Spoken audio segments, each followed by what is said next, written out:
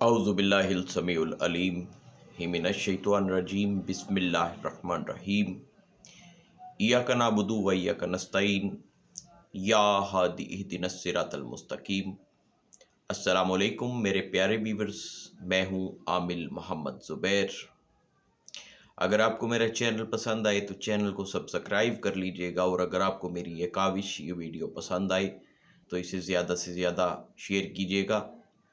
अगर हमारे चैनल से किसी का कोई फ़ायदा होता है, हमारी किसी वीडियो से, हमारी बात से, तो ये अल्लाह का फ़ज़ल है, अल्लाह का करम है।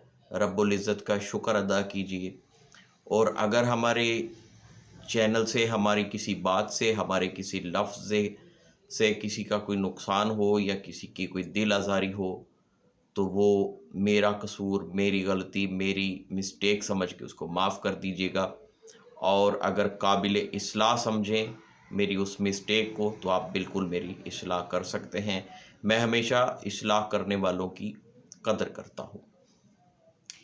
आज चूँकि कुछ लोग जो है वो ये कहते हैं कि जी आसान अमलियात बताएं, आसान अमल बताएं। आज जैसा कि सूरह रहमान के हवाले से, इससे पिछली वीडियो भी हमने बनाई थी, सूरह रहमान को जिस्मानी बीमारियों के लिए, रूहानी बीमारियों के लिए किस तरह से सुनना चाहिए, उसका मुकम्मल एक पैटर्न जो है वो पिछली वीडियो में मैंने बताया था। तो उसी के हवाले से जो है, उसी को कंटिन्यू करते हुए सूरह रहमान के साथ जो बंदिशों को किस तरह से ख़त्म किया जा सकता है, औलाद की बंदिश, रिश्तों की बंदिश, कारोबारी बंदिश, गर्ज़ ये बंदिश की बहुत सारी इक़साम हैं, और उन बंदिशों को किस तरीके से ख़त्म किया जा सकता है सूरह रहमान सुनकर, आज मैं इसकी वजाहत करूँगा। उससे पहले जो एक चीज़ मैं डिस्कस करना चाहूँगा, मैं तो नहीं चाहता ऐसी चीज़ों को चैनल पे ला के डिस्कस करना, लेकिन वो मेरे जिस भाई ने मुझे मैसेज किया, उन्होंने मुझे जो है वो ये बात इस तरह से लिखी कि अगर तुम में इखलाकी जुर्रत है तो अपने चैनल पे इसका जवाब दो, इसलिए यहाँ पे जवाब दे रहा हूँ। नाम मैं उनका इसलिए नहीं दे रहा क्योंकि ऐसे लोग अक्सर फेक नाम और फेक आईडी इस्तेमाल करके जो है वो बात करते हैं। तो इसलिए मुझे डाउट है कि वो जिसने भी किसी ने मैसेज किया उसने अपने असल नाम से नहीं किया होगा, तो मैं उसका नाम यहाँ पे नहीं ले रहा। मैसेज किया गया, मेरी एक वीडियो थी औरत मार्च, मर्द और इस्लाम, उस वीडियो के रिएक्शन में मैसेज किया गया कि जी आपने बहुत बड़े बड़े दावे किए हैं, आपने बहुत बड़ी बातें की हैं, क्या आप किसी ऐसी औरत से निकाह कर सकते हैं, जबकि आप बता चुके हैं कि आप मैरिड हैं और आपके 2 बच्चे हैं। उसके बावजूद जो आपने दावे किए हैं आप उनको पूरा करने की हिम्मत रखते हैं, और अगर आप में इतनी इखलाकी जुर्रत है तो अपनी किसी वीडियो में जवाब दें। तो मेरे मोहतरम, आप जो भी कोई हैं, मैं आपको ये बताना चाहता हूँ कि मैं अल्हम्दुलिल्लाह इस चीज़ के लिए ज़हनी तौर पे मुकम्मल तैयार हूँ, और मैं बिल्कुल इस चीज़ के लिए जो है वो मुझे इसमें कोई आर नहीं है। अगर मैं किसी के लिए सहारा बन सकूं, अगर मैं किसी बुराई से जान छुड़वा सकूं, तो मैं बिल्कुल इसके लिए तैयार हूं। और ये कोई ऐसी बात नहीं है, हवा में चलाया जाने वाला तीर नहीं है। मेरी मिसेज़ अल्हम्दुलिल्लाह इस चीज़ में मेरे साथ हैं, वो जानती हैं, उनको भी इस चीज़ का पता है। और बिल्कुल अगर किसी जगह पे वाक़ई कोई ऐसी रीज़न हो, तो मैं इस तरह से, अगर मुझे निकाह करना पड़े तो मैं करने के लिए बिल्कुल तैयार हूँ। कोई वाक़ई बेसहारा हो, डिज़र्विंग हो, ज़रूरतमंद हो, कोई भी इस तरह की अगर किसी की प्रॉब्लम है, तो वो किसी ऐसी बुराई से निकलना चाहती है, तो मैं बिल्कुल तैयार हूँ। या फिर कोई खुदा न ख़ास्ता कोई अगर इस तरह से है जो माँ नहीं बन सकती, और बहुत सारे मसाइल होते हैं, तो मैंने जो चीज़ें वहाँ से कही थी, उन चीज़ों के लिए मैंने वो चैनल को ऊपर लेके जाने के लिए नहीं कही। अल्हम्दुलिल्लाह जुर्रत भी है, अल्लाह के दिए हुए वसाइल भी हैं और हिम्मत भी है, मैं बिल्कुल इस चीज़ के लिए तैयार हूँ। शर्त ये कि वो उस क्राइटेरिया के मुताबिक वाक़ई ही कोई डिज़र्विंग हो, वाक़ई ही कोई ज़रूरतमंद हो। बतौर आप लोगों की तरह, बतौर एन्जॉयमेंट के लिए जो है वो कोई दूसरी शादी करना या इस तरह से मेरा कोई मकसद नहीं है। मेरे बच्चे हैं, मेरी बीवी है।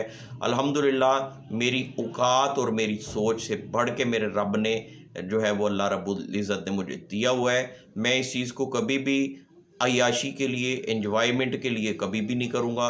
हाँ, अगर इस कोई रीज़न हुई, कोई जेन्युइन रीज़न हुई, तो इसके लिए अल्हम्दुलिल्लाह अल्हम्दुलिल्लाह मैं तैयार हूँ। आप बल्कि इस तरह के तनकीदी मैसेजेस करने का भी आपका शुक्रिया, लेकिन अगर आपके तवज्जुह से भी अगर कोई हो वाक़ई ज़रूरतमंद, तो आप बिस्मिल्लाह करें, मैं उसके लिए तैयार हूँ। अब आपको बताते हैं सूरह रहमान को बंदिशों के लिए किस तरह से आप सुनेंगे, और साथ और कौन सी सूरतें मिला के सुना जाए ताकि आपके जो मामलात हैं, जो बंदिशें आ जाती हैं, वो ख़त्म हो सकें। सबसे पहले आपको बताते हैं घर में खैर व बरकत के लिए, कारोबार में, रिज़्क रोज़ी में जो है वो बरकत के लिए, और रिज़्क की बंदिशों को ख़त्म करने के लिए आप जो है वो सूरह रहमान को इस तरीके से सुनेंगे कि आप पहले सूरह यासीन शरीफ की तिलावत लगाएंगे, उसके बाद सूरह रहमान मुबारक, इस सूरत मुबारक की तिलावत लगाएंगे। और दोनों सूरतों को सुनने के बाद इस सारे टाइम में जब आप दोनों सूरतों को सुनेंगे, अपने पास अब थोड़ा सा पानी रखें, दोनों सूरतें सुन के उसके बाद जो है वो आप 3 मरतबा दिल से कहें या अल्लाह, और 4 मरतबा आप ये कहेंगे कि या अल्लाह मेरे कारोबार की, मेरे रिज़्क रोज़ी की, मेरे घर की तमाम बंदिशें, तमाम रुकावटों को ख़त्म कर दे अपनी रहमत से, और इस कलाम पाक, इस कलाम बरहक की बरकत से 4 मरतबा आप ये कहेंगे। और उसके बाद उस पानी का छिड़काव अपने घर में करें, अगर कोई दुकान है, कोई कारोबारी जगह है, वहाँ पे इसका छिड़काव करें। इस तरीके से आप जो है वो कारोबारी बंदिशों के लिए सूरह रहमान को सुन सकते हैं, सूरह यासीन मिला के, सूरह यासीन साथ मिला के। अब जिन लोगों के रिश्तों में बंदिशें हैं, वो इस तरह से कर लें कि हो सके तो दिन में 3 टाइम, वरना जो है वो 1 टाइम आप ये अमल ज़रूर कर लें। वो इस तरह से आप करें कि जो है वो पहले आप सूरह ताहा इसको सुने, इसकी तिलावत को सुने मुकम्मल तवज्जो, मुकम्मल यकसुई के साथ। उसके बाद इस सूरह रहमान को सुने।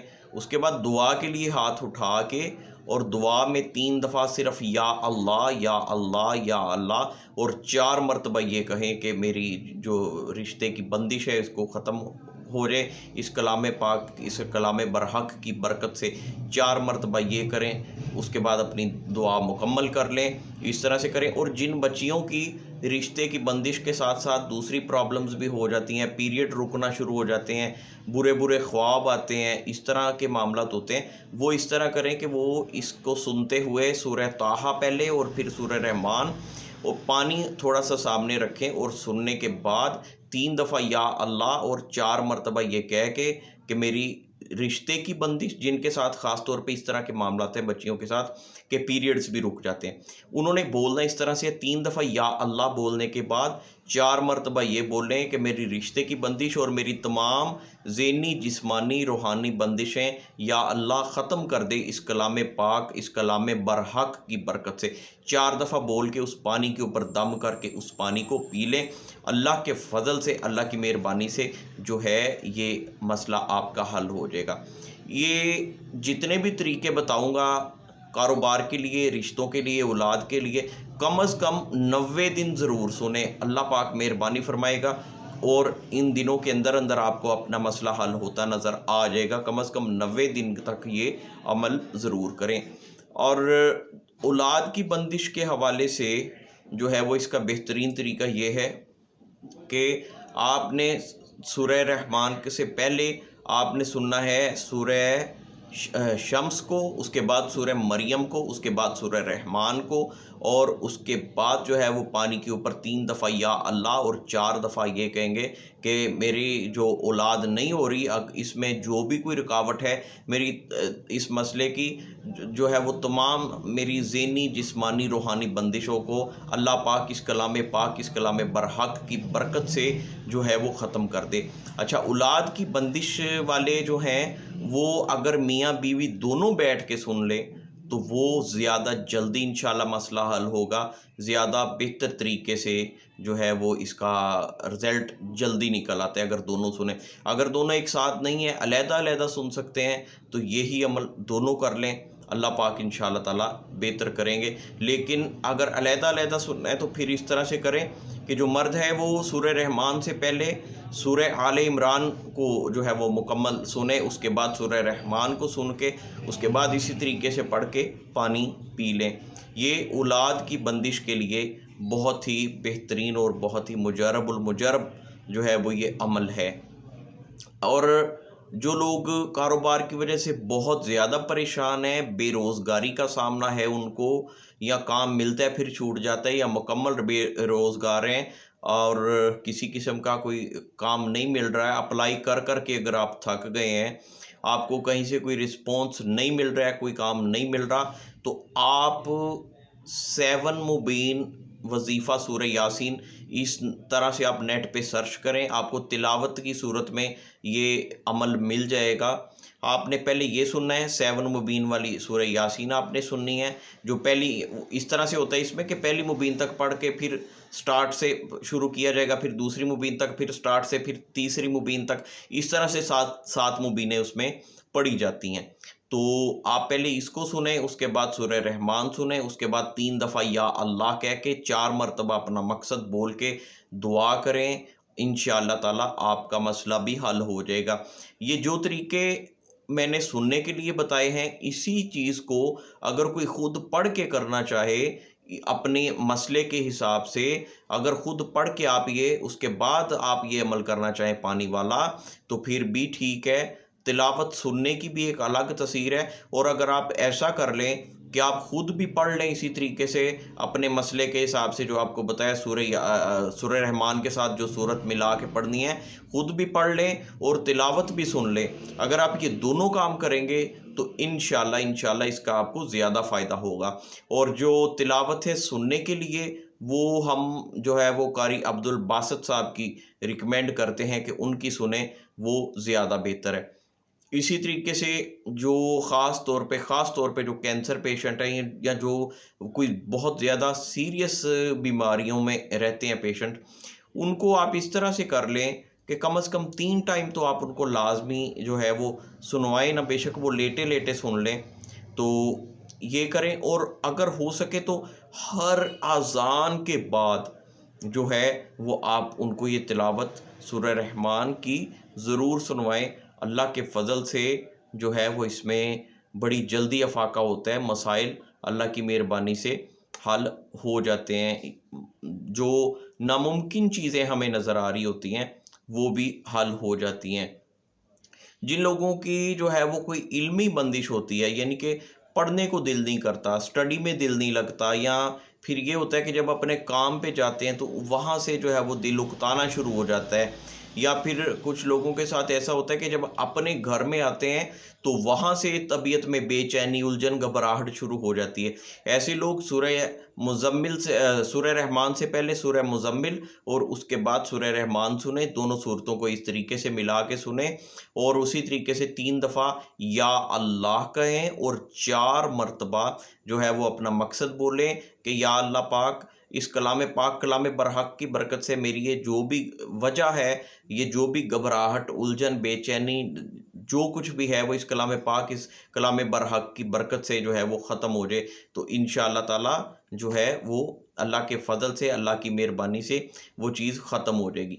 जब जो भी आप अमल करें सूरह रहमान का, जब आपने 3 दफ़ा या अल्लाह कहना है, तो आपके दिल में किसी के हवाले से भी अगर कोई गिला शिकवा शिकायत है, किसी से भी कोई इख्तलाफ है, तो जब आपने 3 दफ़ा या अल्लाह कहना है, तो उन तमाम लोगों को आपने दिल से माफ़ कर देना है। इसका तसव्वुर इस तरह से बनाएं कि आप या अल्लाह, या अल्लाह, या अल्लाह कहें, और आपके दिल से उन तमाम इख्तलाफात की, उन गिलों शिकवों की जो है वो मुकम्मल तौर पे सफाई हो जाए।